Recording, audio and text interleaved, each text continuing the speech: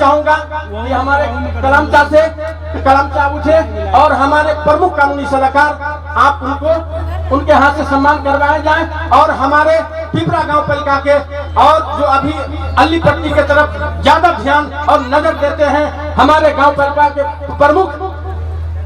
प्रमुख जी को भी कलमचा के खाते सम्मान कर देने के लिए।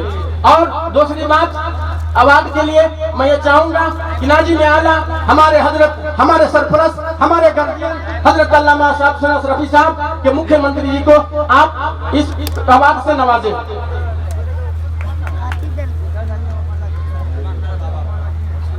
जाहिर जमीयत अवार्ड से नवाजे। और साथ ही साथ मैं चाहूंगा प्रमुख कानूनी सलाहकार को भी आप हजरत इस अवार्ड से नवाजे।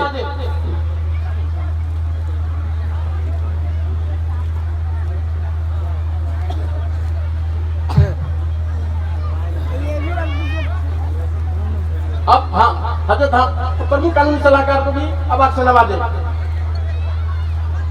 हजरत अब बहुत शॉर्ट टाइम के लिए थोड़ी देर आप इत्मीनान रखें। आज हमारे बीच अब दो शब्द रखने के लिए वो व्यक्तित्व आ रहे हैं जो कहीं न कहीं हमारी शान और हमारी मर्यादा है। मैं ये चाहूंगा मोहतरम जनाब मुख्यमंत्री मोहम्मद लाल बाबू राव जी को आकर अपना अच्छे नेक राय से मशवरा करें।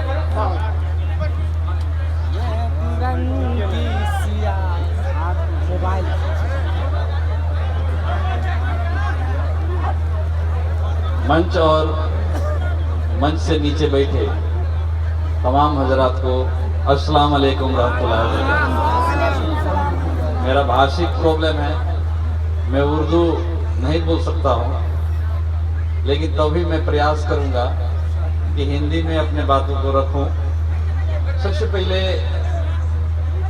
आप सबको मैं धन्यवाद देना चाहता हूँ कि आप सब हमें बुलाया और अपने बातों को रखने का जो अवसर दिया, इसके लिए मैं आप लोगों के प्रति शुक्रगुजार हूं। ये अली पट्टी जैसे हमें जानकारी कराया गया, जैसे हम सुनते आ रहे हैं, ये भूमि विद्वानों की भूमि रहा है। ये भूमि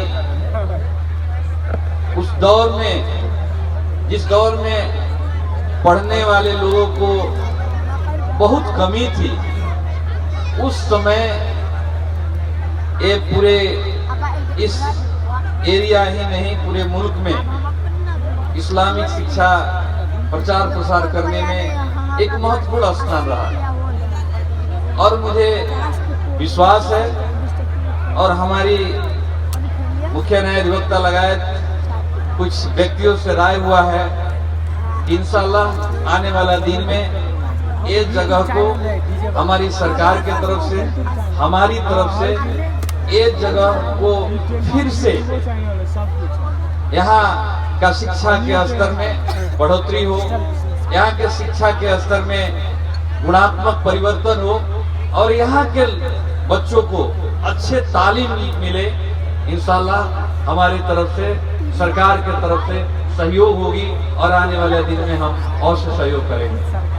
और मुझे ज्यादा कुछ नहीं करना, मैं इतना कहूंगा कि प्रदेश सरकार शुरू से ही यहाँ के खास करके कहा जाए तो मुस्लिम कम्युनिटी, दलित कम्युनिटी और महिला, जो आप देखेंगे इस मुल्क के जो मानवीय विकास सूचकांक करता है, HDI करता है, इसमें काफी पीछा है। पीछा होने के कारण यह है कि दलित समुदाय एक लार्जर स्केल में है, उसके बाद के कोई कम्युनिटी है तो मुस्लिम कम्युनिटी है। तो वहां देखेंगे हम अपने बच्चों को, ये बड़े दुख के साथ कहना पड़ता है कि हम अपने बच्चों को अच्छा तालीम नहीं देते, हम अपने बच्चों को स्कूल में नहीं भेजते हैं, हम अपने बच्चों को, हाँ हमारे बीच में कुछ लोग हैं जो उनके पास कुछ ज्यादा ही पहले से ज्ञान है, उनकी पारिवारिक पृष्ठभूमि कुछ अच्छा है, तो वो लोग अच्छा तालीम भी देते हैं, इसलिए हमारे बीच में हमारे बच्चों कुछ इंजीनियर है, डॉक्टर है।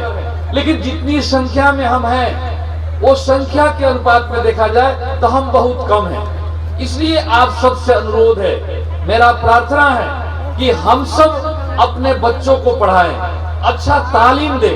अच्छा तालीम से ही अच्छा व्यक्ति बन सकता है। अच्छा तालीम से हो इंजीनियर, डॉक्टर, वो ऑफिसर, वकील, न्यायाधीश तो सारे बन सकता है। हम अपने बच्चों को दीनी तालीम भी दें, दीनी तालीम के साथ साथ दुनियावी तालीम भी दें। और दीनी तालीम से हमारा दुनिया आखिरत में हमारा जगह बनेगा, तो एक दुनियावी तालीम से इस जगह हम अपने समाज में अच्छा स्थान प्राप्त करेंगे। आप सबसे अनुरोध है कि आप सब अपने बच्चों को पढ़ाएं। ये दुर्भाग्य है, ये हमारी कमी कमजोरी है कि हम अपने बच्चों को पढ़ाई पर जोर नहीं देते हैं। इसलिए जोर नहीं देते हैं, इसलिए जोर नहीं देते, हम सोचते हैं कि अगर हम अपना बच्चों को पढ़ाएंगे तो क्या करेगा, कल इनके लिए क्या अवसर है। अगर पढ़कर ऐसे बैठने से तो कोई ऐसे काम करके सिलाई कर दे, कटाई करे, कुछ बिजनेस व्यवसाय करे, या चल जाए विदेश जाए, कतर जाए, मलेशिया जाए, इसी चक्कर में रहते हैं। भाई ये मुल्क को बनाना ही हमारा कर्तव्य है, हमारा भी दायित्व है, हमारा भी जिम्मेवारी है। इसलिए अगर हम अपने बच्चों को पढ़ाते हैं तो वो अच्छा तालीम लेकर अच्छा इंसान बनेंगे। वो ये दुनिया में भी उनका इज्जत होगा और दुनिया के बाद के जीवन में, दुनिया के बाद का जो जिंदगी है जो है वो जगह, उसमें भी हमारा अच्छा स्थान रहेगा। इसलिए आप सबसे अनुरोध है, आप अपने बच्चों को पढ़ाएं। ये पहला प्रदेश है, जैसे मुख्य न्यायाधिवक्ता ने कहा कि ये पहला प्रदेश है जो जाति जितनी संख्या में है उतना संख्या में आरक्षण दिया है। अभी नेपाल के आप देखेंगे कि यहाँ के तथ्यांक देखेंगे तो कहता है ये प्रदेश 2 के अंदर 12% मुस्लिम है।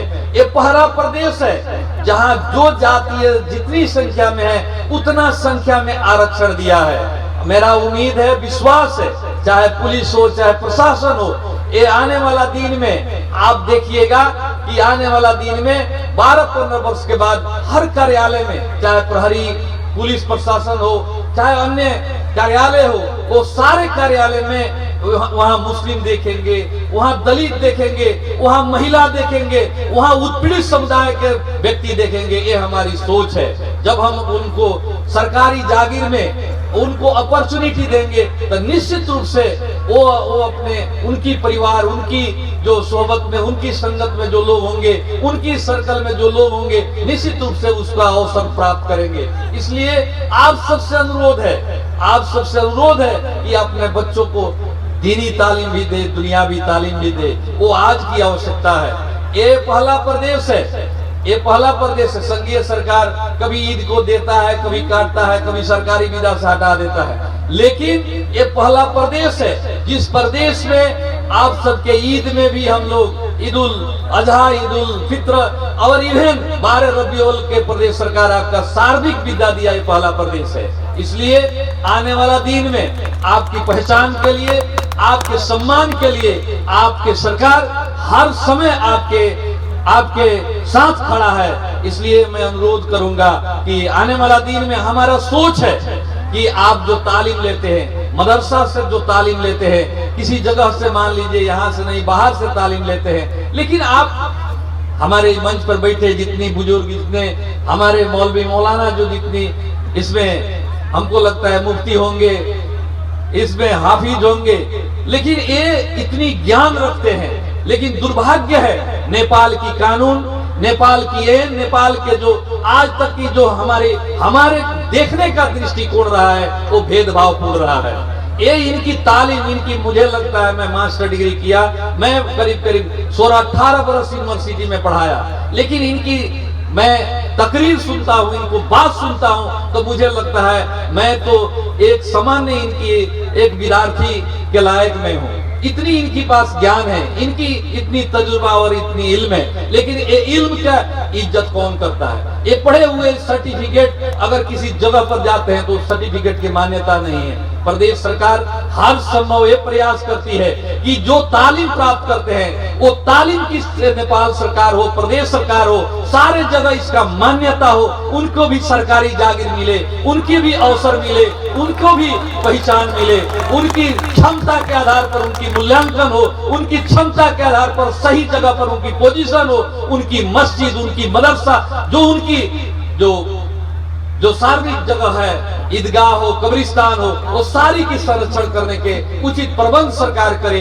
ये प्रदेश सरकार इस पर काफी गंभीर है। इंशाअल्लाह आने वाला दिन में हम सब प्रयास करेंगे, ये सारे चीज को सुधार करने के प्रयास करेंगे। और आने वाले दिन में अलीपट्टी जो ऐतिहासिक भूमि है, एक विद्वानों का भूमि है, मुझे विश्वास है कि आने वाला दिन में प्रदेश सरकार इस भूमि के पहला की अवस्था में पहुंचाने का, यहाँ विद्वान फिर उत्पादन करने का, विद्वान यहाँ जो डॉक्टर बने हैं, बहुत सारा जो उस समय डॉक्टरेट का तालीम लेना, उस समय डॉक्टरेट का पोजीशन हुआ, निश्चित रूप से यहाँ मैं जैसे मुझे भाई ने बताया कि वो जगह जगह से ले आकर पढ़ाते थे। जो बुजुर्ग जो हमारे ये बीच यहाँ लेटे हुए हैं, वो पढ़ाते थे, वो तालीम देते थे, और उनका जो ज्ञान था वो चारों तरफ मुल्क में और बहुत उससे लाभान्वित हुए। आने वाला दिन में मेरा विश्वास है कि अलीपट्टी को उस जगह पर, उस मुकाम पर फिर पहुंचाया जाएगा। ये मेरा हर संभव प्रयास रहेगा, इंशाल्लाह मेरा सहयोग रहेगा। यही कहते हुए आप लोग से मैं रुखसत होना चाहता हूँ। धन्यवाद। अस्सलाम वालेकुम रहमतुल्लाहि व बरकातहू।